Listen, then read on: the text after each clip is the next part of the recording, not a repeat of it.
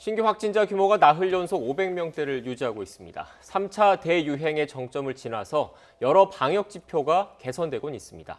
하지만 여전히 불안한 감소세입니다. 무엇보다 다중이용시설을 통한 감염 확산은 줄어든 반면 개인 간 접촉에 따른 감염은 큰 폭으로 늘었다는 분석이 나왔습니다.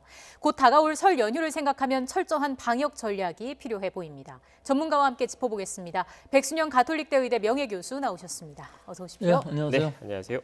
교수님, 최근 들어서 계속 감소세, 완만한 감소세는 보이곤 있는데 1, 2차 대유행 때보다는 이 감소 폭 자체가 그렇게 크지는 않은 것 같다. 이런 분석들이 나오고 있더라고요. 우선 이번 유행의 규모가 너무 커서요. 최고치가 1,200명까지 올라갔었고 200명씩 떨어지는데도 불구하고 지금 500명에서는 정체하고 있는 상황이거든요. 네.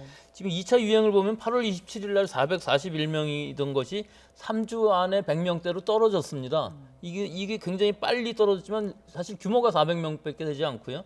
이번 유행은 사실은 10월 12일 날 100명 정도 수준이었는데 이때 1단계로 완화한 게 좀 결과적으로 보면 문제였던 것으로 보이는데 11월 중순부터 200명대로 올라간 것이 12월 25일에 1241명까지 올라갔습니다. 근데 지금 벌써 한참 지나서 3주 더 이상 지나지 않았습니까? 1월 중순인데 3주 이상 지나도 떨어지지 않고 있다 하는 것은 앞으로도 이 500명이라는 수준이 100명까지 떨어지기는 어려워 보이고 결국은 200~300명 수준이라도 잘 유지가 된다면 다행일 것으로 보이는데 여러 가지 긍정적인 지표도 있습니다. 지금 진단검사 수 자체가 줄어들고 있다는 것은 그만큼 겨울인데도 불구하고 의심 환자 수가 줄어들고 있고 임시 선별검사소에 있어서 양성률도 상당히 안정세를 나타내고 있기 때문에 이런 대규모의 진단에 의한 격리가 상당히 효과를 보고 있는 것으로도 보이고 또 여러 가지 지표상으로 볼 때에도 실제 선별 진단검사소에서의 양성률, 확진율도 1% 이하로 줄고 있거든요. 그러니까 이런 여러 가지 상황을 보면은 우리 지역사회에 있어서 이렇게 만연된 것은 아닌 것으로 보이고 어느 정도 방역의 통제가 되고 있는 상황이긴 하지만 여러 가지 문제점들이 있죠. 지금 겨울철이라는 부분도 있고 또 세계적으로 변이수가 계속 나오고 있는 이런 상황들 또 앞으로 이제 설 연휴를 앞두고 있다는 이런 점들 따라서 앞으로 한 2주일 정도는 매번 1년 내내 2주일이었습니다만은 이 2주일 정도는 굉장히 방역 또 개인 위생 수칙 철저히 하지 않으면은 이것이 언제 또 폭발할지도 모르는 그런 아슬아슬한 상황이기도 합니다. 네, 여러 가지 문제점도 있다라고 언급을 해주셨는데 그 중에는 아무래도 감염 경로가 불분명한 수치 비율이 여전히 높고 또 지난 2주간 선행 확진자 접촉 비율도 40%를 넘어선 상황이고 개인 간 접촉으로 인해서 감염된 그런 사람 수도 늘고 있다는 게 우려되는 부분이겠죠. 네, 그러니까 지금 상황을 보면은 집단 발생의 이 대규모 집단 발생 시설 여러 가지 다중 이용 시설에서의 발생 이런 것들은 많이 줄고 있는 반면에 개인적인 접촉들 특히 가정 내에서의 감염에 의해서 이것이 직장이나 또 지금 학교는 거의 문 닫고 있습니다만 지역사회로서의 N차 감염이 상당히 많이 일어나고 있고 이것이 늘고 있다는 것은 사실은 방역망 통제 안에서 확진자가 발생하는 것이 아니라 자꾸 새로운 산발적인 발생이 일어난다는 것을 뜻하기 때문에 거꾸로 얘기하면 방역 통제가 상당히 어려운 수준에 있다 하는 것은 알 수가 있는 것이고 이 500명이라는 것이 굉장히 큰 숫자일 수가 있는 것이 1,200명이라는 데서 500명까지 떨어졌으니까 이게 좀 안심해이해지는 이런 상황이 상대적으로 적어 보이는 상황이 있지만 지금 우리가 한 달 전만 해도 100명, 200명이 굉장히 많다고 생각했었는데 지금 500명 수준에서 떨어지지 않고 있거든요. 그래서 지금 요 수준을 잘 통제를 해서 더 떨어뜨려야만 통제가 가능한 것이지 사실은 아직도 위험하다 그렇게 볼 수 있습니다. 네, 그러면 어느 정도까지 떨어져야지 안정세로 접어들었다 이렇게 볼 수 있을까요? 떨어지는 거야 100명 이하로 떨어지면 좋겠습니다만은 이 상황으로 봤을 때에는 200~300명 수준만 유지를 한다 할지라도 우리의 역학조사 지금 역량이라든지 또 의료 체제가 많이 정비가 돼서 중환자실이라든지 생활치료센터라든지 다 확충이 되지 않았습니까? 따라서 지금 상황에서 보면은 이 숫자에 연연하는 것보다는 어떻게든지 피해를 최소화하면서 이 환자 발생의 규모를 줄여가는 즉 감소세를 유지하는 것이 더 중요할 것으로 보이고요. 실제 2월, 3월에 이제 예방 접종을 받을 때까지의 목표라고 하면은 100명 정도 수준은 너무 안 될 것 같고 지금으로 봐서는 200~300명 수준에서 폭발적인 집단 발생이 일어나지 않게끔 하는 선제적인 여러 가지 조치들 특히 임시 선별 진료소에서의 익명 또 무료의 진단 검사가 상당히 의미가 있는 것으로 보이기 때문에 이 수치를 계속 들여다보고 있으면은 우리의 추세를 알 수 있는 것이거든요. 지금 서울 수도권뿐만 아니라 지방에서도 하고 있는 곳들이 있기 때문에 이런 부분이 굉장히 선제적으로 중요한 진단이라고 하겠습니다. 선제적인 조치의 중요성을 강조해 주셨고요. 인천의 한 아파트 얘기를 좀 해보겠습니다. 10일부터 해서 주민 8명이 감염되는 사례가 나왔습니다. 어제 오후부터 전수조사에 들어갔는데 최대한 빨리 걸러내는 게 중요하겠죠. 그렇죠. 이것은 신속함이 제일 중요하겠죠. 일단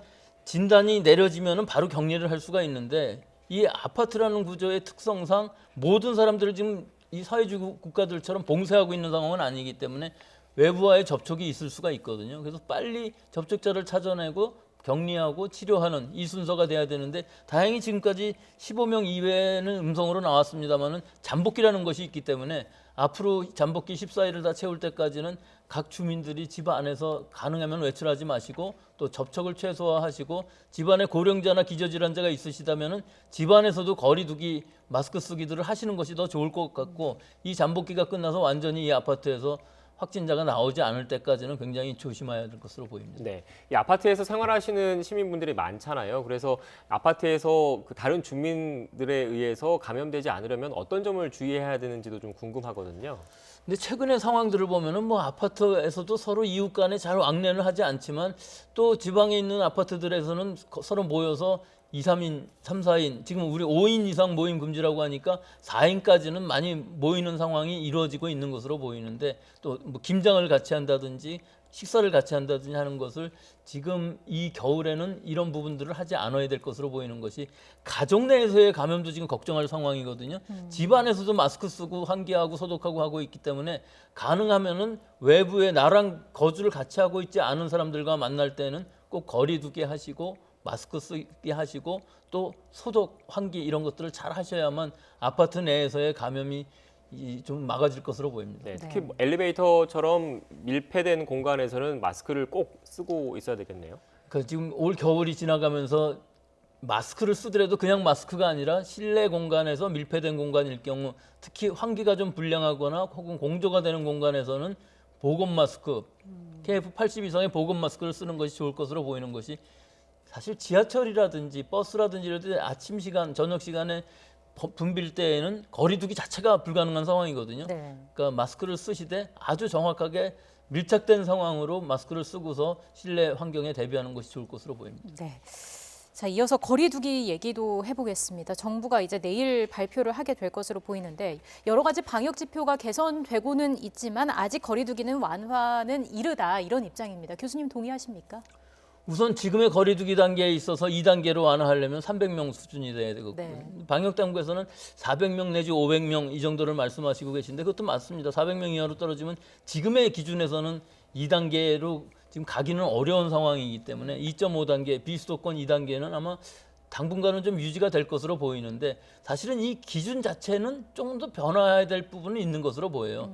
200명, 300명 나온다고 그래갖고 지금처럼 이렇게 전부 영업을 중지한다든지 모임을 제한한다든지 하는 것은 조금 이상한 부분들이 아직은 있는 부분들이 있어서 아마 다음 주에는 이 거리두기 단계의 조정도 여러 가지로 새로 한다고 하는데요. 예. 결국은 이런 방역 통제가 강력하게 이루어지면서 그것이 계속 연장되다 보니까 영세 중소업자들 사이에 있어서 결국은 수용성이 떨어지고 형평성이 없다, 또 일관성이 없다는 얘기가 나오기 때문에 어느 정도 완화는 해야 될 것으로는 보입니다만은 아마 내일 발표할 것으로 보이는데 이 완화가 또 잘못되게 되면은 갑자기 크게 유행할 상황도 될 수가 있기 때문에 네. 지금이 아주 신중하게 결정을 해야 되는데 이 두 가지를 지금 다 생각해야 될 상황이기 때문에 방역 당국의 고심도 아마 만만치 않을 것으로는 보이는데 아마 어느 정도 뭐 실내 체육 시설이라든지 카페라든지 식당이라든지 특히 뭐 9시 이후에 과연 영업을 할 수 있느냐 없느냐 이런 부분들에 대한 완화는 어쩔 수 없이 불가피하게 할 수밖에 없을 것으로 보입니다. 네.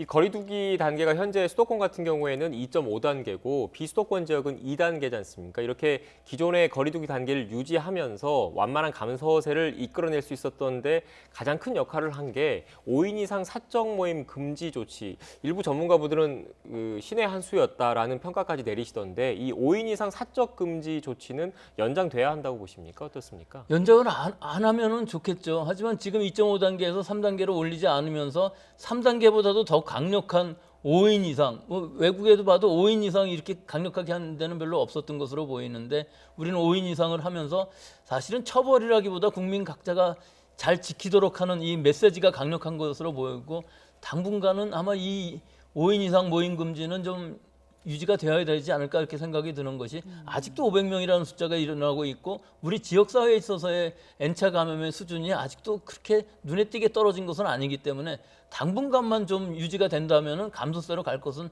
분명하기 때문에 결국은 이번 겨울 즉 1월, 2월이 지나면서 날씨가 따뜻해질 때까지는 이 숫자가 또 이 우리의 방역 통제가 어느 정도 강력함을 유지할 수밖에 없을 것으로 보입니다. 예. 현재 이런 조치에 어느 정도 좀 변화가 있지 않을까 예상이 되는 상황인데 밤 9시 이후 일괄 규제도 조금 문제다 이런 지적이 있더라고요. 교수님께서는 어떻게 생각하십니까? 이것도 상징적인 메시지일 수가 있는데요. 사실 9시에 금지를 하게 되면 그 9시가 상당히 사람이 많이 붐비는 시간이 될 수밖에 없습니다. 가게들, 식당들, 카페 뭐 전부 문을 닫고서 전부 집에 가게 되면 교통기관들도 시간도 줄이면서 편수도 줄기 때문에 이때가 더 교통 혼잡 시간이 돼버리는 상황이 될 수가 있거든요. 그래서 결국은 시간을 늘려주는 부분들이 분명히 필요하죠. 그렇기 때문에 지금 상황에서 보면은 인원 제한을 뭐 4제곱미터, 8제곱미터 이렇게 하고 있는데 이것뿐만 아니라 시간으로 봐도 어느 시간대에 사람이 많이 몰리느냐 하는 것을 가능한 한 줄여줄 수 있는 즉 밀집하지 않게끔 하는 것도 상당히 중요한 부분이 되어서 뭐 식당 같은 경우도 사실 9시 넘어서 바이러스가 감염이 안 된다고 얘기할 수도 없는 것이고 또 9시 전이라고 그래서 뭐 이것이 이 바이러스가 활동을 안 하는 시간이냐 하는 시간이냐 이런 시간의 개념은 없는 것이기 때문에 이런 부분에 있어서 좀 형평성이 있는 즉 인원 제한을 하되 방역 수칙을 최대한 지킬 수 있는 범위 내에서 하는데 사실은 거기 한 가지 더 보탠다면은 우리 방역 당국에서 좀 선제적으로 이런 칸막이라든지 가림막 같은 것들을 좀 영세 소상인들한테 많이 지원을 해줌으로 해갖고서 소상인들이 직접 설치는 못하더라도 일단 모든 환경들이 좀 방역 감염의 위험에서부터 안전할 수 있는 환경을 계속 만들어가는 것이 더 중요할 것으로 보입니다. 네. 주제를 좀 바꿔서 코로나 후유증과 관련된 이야기를 좀 해보겠습니다. 준비된 그래픽이 있는데 준비되는 대로 한번 띄워주시고요. 질병관리청이 조사를 좀 한 것 같더라고요. 지금 그래픽이 나가고 있는데 3개월이 지난 시점에 탈모, 운동 시에는 숨참 증상이 나타났고 뭐 6개월이 지나면 피로감이 상대적으로 높게 나타났고 물론 그 조사 대상이 성인 확진자 40명을 대상으로 해서 대상자가 일단 규모 자체가 좀 작긴 한데 유의미한 결과라고 좀 해석해도 되겠습니까? 그렇죠. 일단은 이 후유증이라는 것을 거의 뭐 인정할 수가 없었는데 여러 나라들에서 계속 보고가 되고 있고 저 제일 먼저 나온 게 탈모부터가 아주 눈에 띄게 머리가 빠지는 것이 보이기 때문에 후유증으로 나왔었는데 실제 우리 세포가 이 바이러스에 취약한 부분들이 전 세포들이 다 AC라는 그 수용처만 있다면 다 감염이 되는 상황이기 때문에 호흡기 세포뿐만 아니라 뭐 설사를 한다든지 소화기계들 또는 심지어는 생식세포까지도 감염이 될 수가 있어서 여러 가지 후유증들이 계속 보고는 되어 있었죠. 하지만 우리 방역당국에서 이것을 많은 부분들을 많은 사람들을 다 모니터링하기는 어려웠을 것으로 보이고 전 세계적으로 보더라도 여러 가지 후유증들이 있습니다. 네. 즉 바이러스의 직접적인 감염에 의해서 나타나는 우리 몸의 면역 반응이 과도하게 나타나게 되면 염증 반응들이 일어나게 되는데 폐라든지 신장, 심장 할 것 없이 모든 기관들에서 감염이 일어나고 또 혈전들이 일어나서 사망하는 케이스들도 많이 있고요. 또 비특이적인 후유증도 많이 있습니다. 피로하다든지 뭐 발열이 됐다든지 또 두통이 있다든지 하는 것들 또 정신적인 것들은 우울증이라든지 외상후 스트레스 같은 것들도 있고요. 여러 후유증들이 전부 다 이렇게 정의가 되고 있지는 않지만 이런 것들이 과연 어떤 기전에 의해서 이런 것들이 일어나는지 어떤 세포들이 감염이 되어 갖고서 문제가 생기는지에 대한 좀 더 철저한 연구 분석이 필요한 시기이긴 한데 네. 사실은 사실은 모든 나라들이 다 이 방역에만 지금 우선을 하고 있고 후유증에 관해서는 사실 조금 허비하고 있는 시간을 좀 주지 못하고 연구를 더 제대로 하지 못하고 하는 상황들에 있기 때문에 이런 부분들의 연구도 확실히 필요해서 이것들이 사실 심각한 장기 부전이 일어날 수도 있는 상황들이었기 때문에 또 사망하시는 경우에 있어서도 직접적인 인과관계는 없지만 후유증으로서 사망하실 수도 있기 때문에 이런 부분에 대한 연구는 필요해야 된다고 봅니다. 네, 현재는 방역에 집중하느라고 여력이 좀 안 되는 측면이 있는데 어느 정도 안정세에 접어들면 이 후유증에 대한 연구도 필요하다는 말씀이신 것 같습니다. 변이 바이러스 얘기도 해보겠습니다. 이게 지금 변이로 인한 확산 속도를 백신 효과가 따라가지 못하는 거 아니냐 이런 우려도 나오고 있는데 어떻게 보세요? 아직까지는 백신을 접종한 지가 얼마 안 되어서 따라가지 못하고 있는 것은 당연하죠. 그런데 지금 접종한 지 한두 달밖에 안 된 상황에서 영국발 변이주뿐만 아니라 남아공, 브라질, 미국에서도 또 새로운 변이주가 나타나고 있거든요. 근데 이것들이 각각의 다 특징을 가지고 있고 이 바이러스들이 전파력이 굉장히 강함으로 해갖고서 우세종이 될 가능성이 높고 전 세계적으로도 이런 바이러스들이 계속 퍼져나가면서 결국은 우리 의료체제들 또 역학조사의 한계에 이르게끔 할 수 있는 가능성이 있기 때문에 우리나라라고 해도 이게 예외가 될 수가 없고 우리나라에도 일단 영국발이 15명에 남아공 1명 들어와 있거든요. 이런 상황들이 우리 지금 지역사회에 얼마나 있는지는 모르겠지만 들어온다는 것 자체는 즉 우리 지역사회에 이 바이러스가 전파된다는 것 자체는 막을 수가 없기 때문에 얼마나 신속하게 우리가 이것을 예방접종을 맞으면서 이 바이러스의 확산은 좀 억제할 수 있느냐 하는 시간의 싸움인 속도전이라고 볼 수 있겠습니다. 네. 교수님 그리고 마지막으로 이르면 다음 달부터 백신 접종이 시작되지 않습니까? 그런데 방역 당국이 생각하고 있는 우선 접종 대상에는 포함되지 않았는데 일부 그 연구 조사 결과를 좀 보면 방역의 효과를 높이기 위해서는 30, 40대가 먼저 접종하는 게 방역의 효과가 높을 것이다라는 연구 결과가 있더라고요. 아무래도 활동성 등을 고려한 측면이지 않나 싶은데 교수님께서는 어떻게 보십니까? 그렇죠. 이 사람을 하나에 대한 개체로만 보고 젊은 사람들이 활동량이 훨씬 더 많기 때문에 수학적인 모델링으로 하면 그럴 수가 있는데요. 여기서 한 가지 이제 간과하면 안 될 만한 부분들이 과연 이 백신을 맞았을 때 사람들 간의 전파를 막을 수 있느냐 하는 부분이죠. 그렇기 때문에 지금 막을 수 있다는 것이 확실치는 않기 때문에 피해를 최소화하는 방향, 즉 고령자이면서 기저질환자인 분들이 먼저 맞아야만 입원 환자를 줄일 수 있고 위중증 환자, 사망자를 줄일 수 있으면서 우리가 어느 정도 이 바이러스에 대한 공포에서부터 벗어날 수 있는 상황이 될 수 있는 것이거든요. 우선순위로 보면은 일단은 전파력을 막는다는 것보다는 오히려 피해를 최소화하는 방향으로 가는 것이 맞을 것으로 보여서 전 세계적으로 어디에서나 젊은 사람을 먼저 맞히는 나라는 뭐 한두 나라밖에 없을 것으로 보이고요. 또 수용성도 떨어집니다. 젊은 사람들한테 맞으라고 그러면 속도도 굉장히 떨어질 수가 있기 때문에 가능한 한 고령자이면서 기저질환이 있는 사람들, 즉 젊은 사람들 중에서도 면역력이 떨어져 있는 사람들은 위험하기 때문에 이런 분들부터 먼저 맞는 것이 지금으로서는 맞을 것으로 보입니다. 네, 네. 인명 피해를 최소화하는 방향으로 백신 접종의 우선순위를 결정하는 게 좋을 것 같다는 말씀이셨습니다. 지금까지 백순영 가톨릭대 의대 명예교수와 함께 관련된 이야기 나눴습니다. 오늘 말씀 고맙습니다. 고맙습니다.